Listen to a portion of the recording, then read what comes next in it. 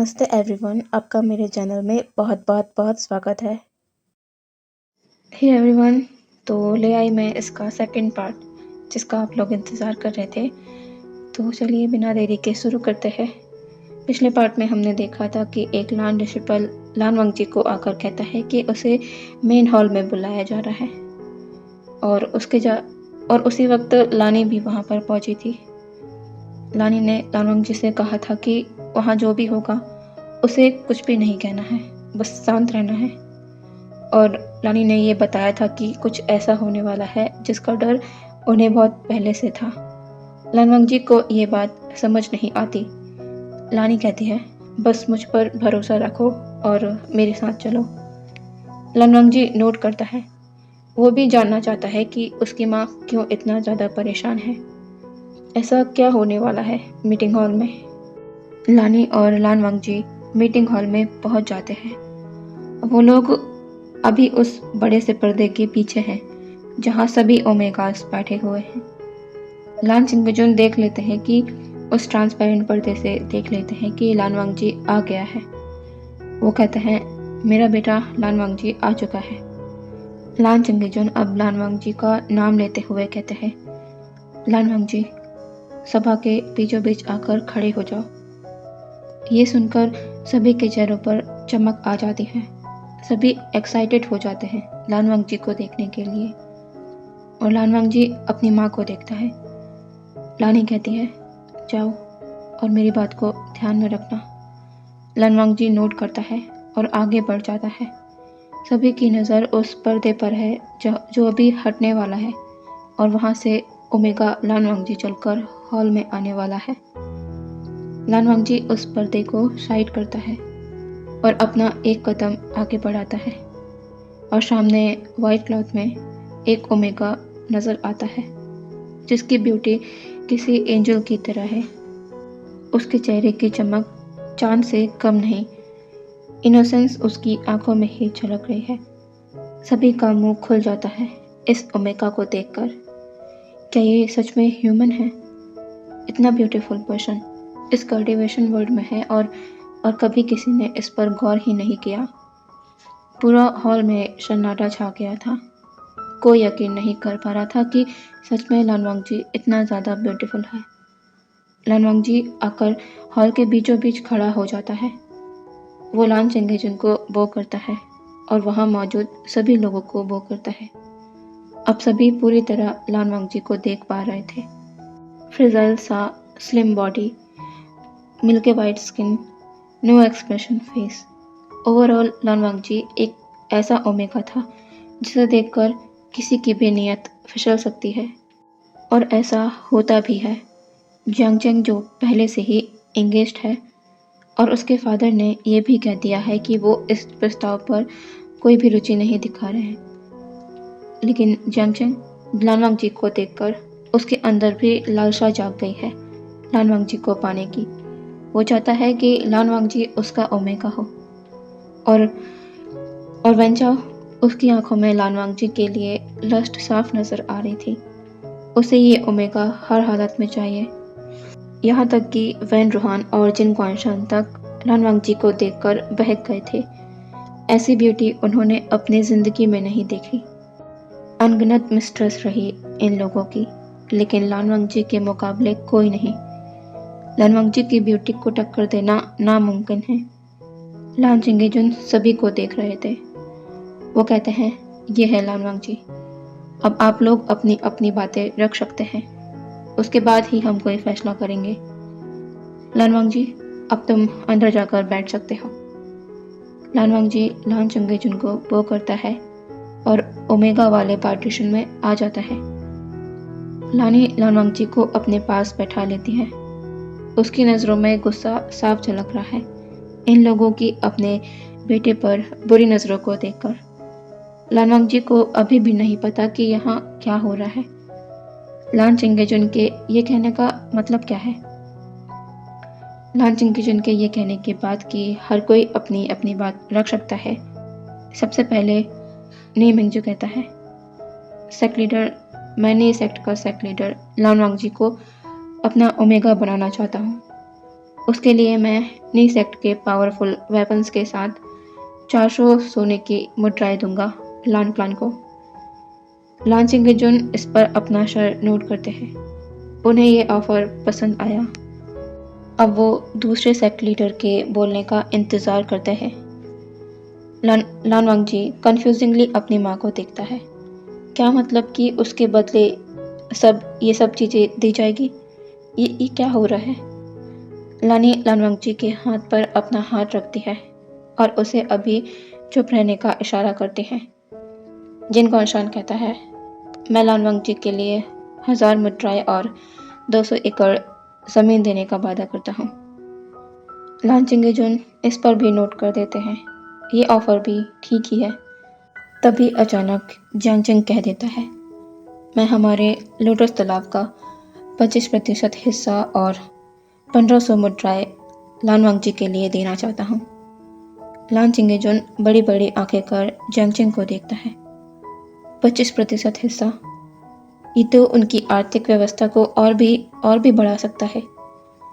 Jiang फैमिया shockingly अपने बेटे को देख रहे थे। ये जियांगचेंग क्या कर रहा है? बात तो हो गई थी कि जियांगचेंग म्याम्या से शादी करेगा। फिर जियांगचेंग बिना उसकी राय लिए इतना बड़ा फैसला कैसे कर सकता है? जियांग फैमिया कहते हैं, जियांगचेंग, ये तुम क्या कर रहे हो? जियांगचेंग कहता है, फादर, मैं लान वांगजी को चाहता हूँ अपने ओमेगा के रूप में। जियांग फैमिया अपना सर शेक करते हैं। लान वांगजी को अब थोड़ा थोड़ा समझ आने लगा था कि यहाँ किस चीज़ को लेकर बातें हो रही हैं। उसकी डॉरी को लेकर नहीं, उसे यहाँ बेचा और खरीदा जा रहा है। वो टेरी आइज से अपनी माँ को देखता है। लानी उसके हाथ को स्क्वीज कर धीरे से कहती है, शांत हो जाओ, मैं ऐसा कुछ नहीं होने दूंगी। अब आखिरी में वैन रोहान कहता है, 5000 सोने की मुद्राएं और 100 एकड़ जमीन और 2 सेक्ट। ये सुनकर पूरे हॉल में सन्नाटा पसर जाता है। लान चिंगेजुन यकीन नहीं कर पा रहे थे क्या उन्होंने सही सुना है। 2 सेक्ट, 5000 मुद्राएं, वो तो इससे एक अमीर और बड़े सेक्ट की श्रेणी में दूसरे नंबर पर आ जाएगा। यह हर कोई जानता है और हर किसी को ये एक्सपेक्टेड भी था कि वैन क्लैन ही लान वांगजी को ले जाएगा, क्योंकि वैन क्लैन कल्टीवेशन वर्ल्ड का सबसे अमीर और बड़ा क्लान है और ये सब छोटे मोटे सेक्ट को हड़प कर वो बड़ा सेक्ट बना है और उन्हीं कुछ 2 सेक्ट को वो अब लान क्लान को दे देगा लान वांगजी के बदले में। लान चिंगेजुन का फैसला साफ था कि वो लान वांगजी को वेंचाओ को दे देंगे। उन्हें क्या यहाँ किसी को भी इस बात से फर्क नहीं पड़ता कि वो ऑलरेडी मैरिड है और लान वांगजी से उम्र में बहुत बड़ा है। लान चिंगेजुन कहते हैं, मैं लान वांगजी की शादी वैन क्लान के राजकुमार वैनचाओ से कराने की घोषणा करता हूँ। वैनचाओ एक स्मृत कर उस ओर देखता है जहाँ ट्रांसपेरेंट पर्दे के पीछे लान वांगजी बैठा हुआ है। उसने इस ओमेगा को हासिल कर लिया है। अब जल्द से जल्द ये ओमेगा उसका होगा। लान वांगजी अपने फादर की बात को सुनकर अब और यहाँ नहीं बैठ पाता। वो अपनी जगह से उठकर अपने क्वार्टर की तरफ तेजी से भाग जाता है। उसकी आंखों में आंसू है। लानी उसे देखती है। वो अभी यहाँ से नहीं जा सकती, उन्हें पूरी बात पता करनी होगी। वैनचाओ कहता है, सेक्ट लीडर, हम कल ही ये शादी करना चाहते हैं। उसके बाद ही हम डॉरी देंगे, जबकि ये नियम के खिलाफ है। डॉरी पहले दी जाती है ताकि उस ओमेगा की शादी कहीं और तय ना हो जाए। लेकिन वैनचाओ के इरादे तो कुछ साफ नहीं दिख रहे थे। लान चिंगेजुन इस पर हाँ कह देते हैं। कल ही शादी हो जाएगी, कल ही उन्हें डॉरी मिल जाएगी, इसमें इतनी बड़ी बात नहीं है। वो कह देते हैं कि ऐसा ही होगा, कल ही शादी की जाएगी। अब आप लोग जाकर अपनी तैयारियां कीजिए, हमें भी अपनी तैयारियां करनी है। लानी अब अपनी जगह से उठती है और वहाँ से लान वांगजी के क्वार्टर की तरफ बढ़ जाती है। लान वांगजी जिंगशी में आकर डोर को बंद कर देता है और उसकी आंखों से लगातार आंसू गिरने लगते हैं। वो वहीं डोर से टिककर बैठ जाता है और अपनी नीज पर अपना फेस छिपा लेता है। उसकी शादी उसके फादर ने बिना उससे पूछे यूं अचानक तय कर दी। वो भी कल ही। वो ऐसा कैसे कर सकते हैं? क्या भाई ही उनके बेटे हैं? मैं नहीं। मुझे शादी नहीं करनी किसी से भी। मुझे तो कल्टीवेशन सीखना है। मैं शादी नहीं करना चाहता। तभी जिंगशी के डोर पर तेजी से नॉक होने लगता है। लानी बाहर से आवाज़ लगाते हुए कहती है, वांग जी दरवाज़ा खोलो, मैं हूँ। माँ, दरवाज़ा खोलो बेटा। लेकिन लान वांग जी अपनी जगह से नहीं उठता। लानी कहती है, वांग जी मेरी बात सुनो, दरवाज़ा खोलो। मैंने तुमसे कहा था ना कि किसी भी चीज़ में जल्दबाजी मत करना। मुझ पर भरोसा रखो, मेरे होते तुम्हें कुछ नहीं होगा। दरवाज़ा खोलो। वांग जी अपनी जगह पर खड़ा होता है और डोर को ओपन कर देता है। लानी अंदर आकर लान वांग जी को देखती है, जिसका फेस रोने की वजह से पूरी तरह लाल हो गया है। वो उसके फेस को होल्ड करते हुए कहती है, वांग जी क्या हालत की है तुमने? लान वांग जी कहता है, माँ बाबा मेरे साथ ऐसा क्यों कर रहे हैं? मैं शादी नहीं करना चाहता। लानी लान वांग जी को हक करते हुए कहती है, मैं ऐसा होने भी नहीं दूंगी। कोई भी अल्फा आएगा और अपनी अमीरी के दम पर मेरे बेटे से शादी करेगा, वो भी पहले से एक ओमेगा होते हुए भी। ऐसा मैं कभी नहीं होने दूंगी।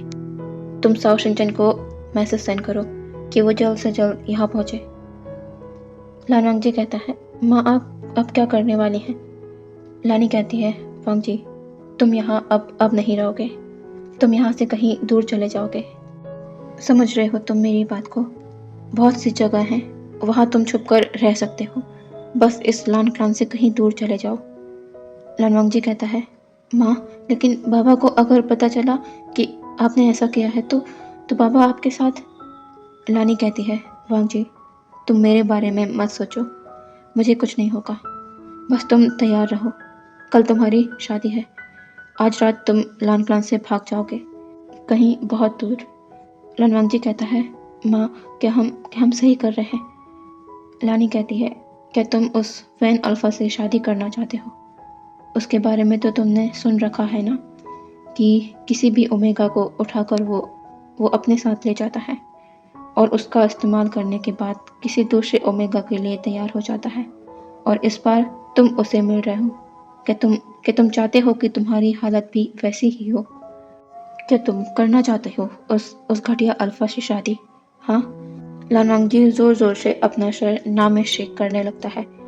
लानी कहती है, तो जो मैं कह रही हूँ वो करो। तभी जिंगशी के डोर पर नॉक होता है। लानी कहती है, कौन है बाहर? तभी एक लेडी की आवाज़ आती है, लान फरन मैं हूँ। लानी जाकर डोर को ओपन कर उस लेडी को अंदर ले आती है। वो लेडी भी लानी की ही एज की थी। लानी कहती है, शाओली मुझे तुमसे।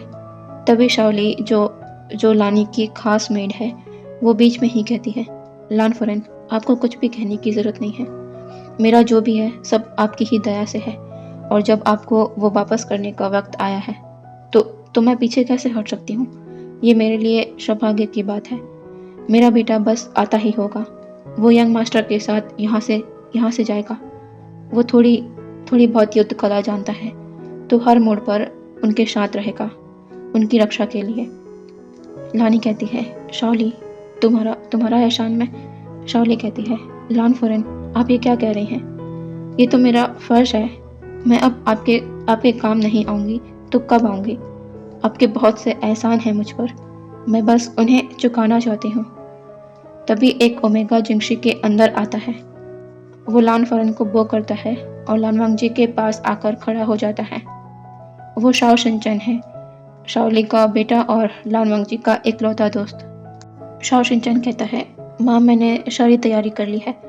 लान फरन आप वांग जी की चिंता मत करिए, मैं सेफली उसे यहाँ से अपने साथ ले जाऊँगा। लानी कहती है उसके सर पर हाथ रखते हुए, धन्यवाद बेटा। तुम लोग तैयार रहना, रात होते ही तुम लोग यहाँ से निकल जाओगे। रात के वक्त लानी, शाओली, लान वांग जी और शाओ शिनचन सभी एक क्लाउड रिसोर्सेज के अपोजिट में जो एक खाली रास्ता है, वहाँ के दरवाजे पर खड़े हुए थे, जहाँ पर कोई भी नहीं आता, क्योंकि किसी को भी यहाँ आने की ज़रूरत ही नहीं होती। यहाँ एक प्रिंसिपल हुआ करता है जिसे लानी ने कुछ समय के लिए यहाँ से दूर भेज दिया है। लानी कहती है, वांग जी, तुम अपनी तलवार अपने स्पिरिचुअल पाउच में रख लिया है ना? लानवांग जी कहता है, जी माँ, मेरे पास है।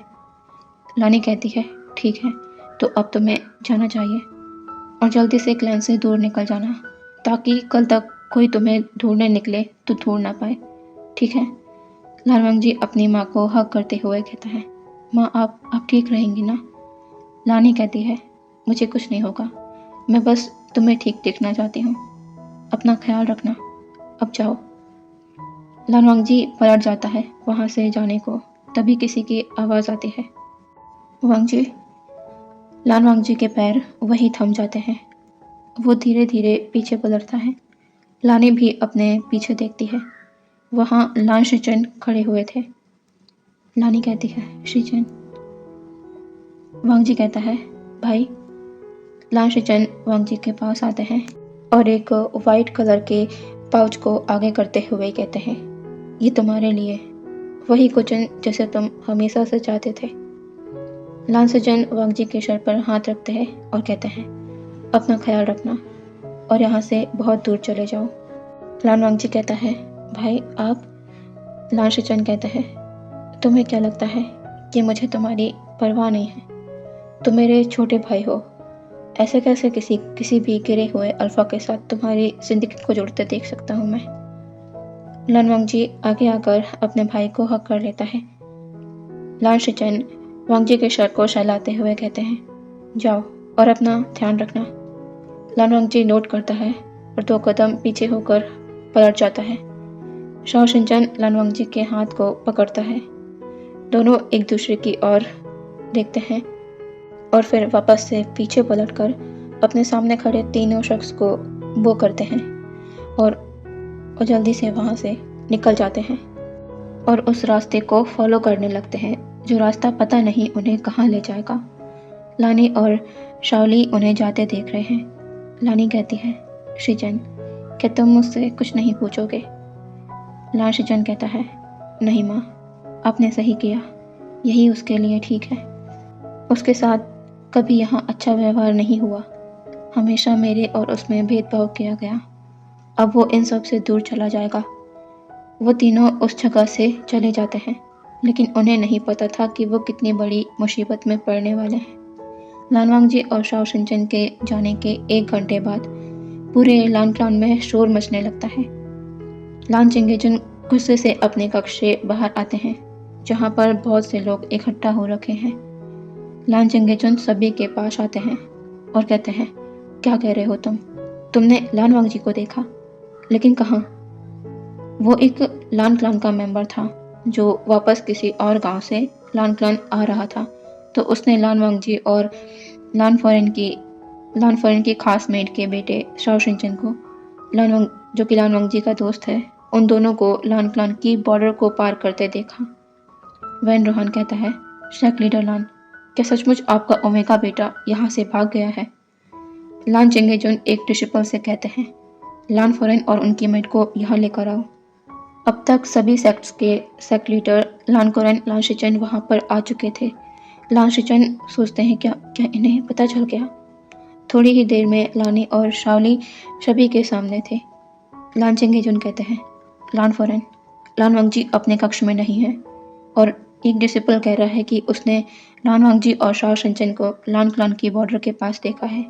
क्या ये बात आप जानती हैं? क्या इसमें आपका कुछ हाथ है? लानी कहती है, हाँ, मैंने ही उसे यहाँ से जाने को कहा है, क्योंकि मैं नहीं चाहती कि मेरे बेटे की शादी आप ज़बरदस्ती किसी ऐसे अल्फा के साथ करें जो पहले ही एक ओमेगा से मैरिड है और कपड़ों की तरह ओमेगा को बदलता है। ये सुनकर वेंचाओ की मुट्ठियाँ गुस्से से कस जाती है। वेंचाओ कहता है, सेक्ट लीडर लान फॉरेन ये क्या कह रही हैं? लान चेंगेजुन ये सुनकर गुस्से से अपनी तलवार लेकर लानी की ओर बढ़ते हैं और तलवार को उनकी गर्दन पर रखते हुए कहते हैं, पता है आपने कितनी बड़ी गलती की है। लान क्लान की बदनामी होगी आपके इस गलत फैसले की वजह से। इसकी सज़ा क्या हो सकती है आप सोच भी नहीं सकती। आपको अभी मौत की सज़ा हो सकती है। तभी लान शिचन लान चेंगेजुन और लानी के बीच में आते हुए कहते हैं, फादर, आप ऐसा कुछ नहीं कर सकते, वरना माँ के साथ मैं भी अपनी जान दे दूंगा। लान चंगेजुन अपनी आंखों को गुस्से से बंद करते हैं और अपने सैनिकों को आदेश देते हुए कहते हैं, लान फॉरेन से उनके सारे अधिकार छीने जाते हैं। वो अब सिर्फ लान ओमेगा है और उन्हें उम्र भर के लिए उनके कक्ष में नज़रबंद कर दिया जाए। वो कभी भी अपने कक्ष से बाहर नहीं आएंगी, साथ में उनकी इस मेड को भी। कुछ ओमेगा डिसिपल लानी को और उनकी मेड को वहाँ से ले जाते हैं। लान शिचैन बेबस बस अपनी माँ को जाते देख रहे हैं। वैन रूहान कहता है, सेक्ट लीडर लान, आपका ओमेगा बेटा यहाँ से भाग गया है और कल मेरे बेटे से उसकी शादी है। लान क्लान ने ये अच्छा नहीं किया।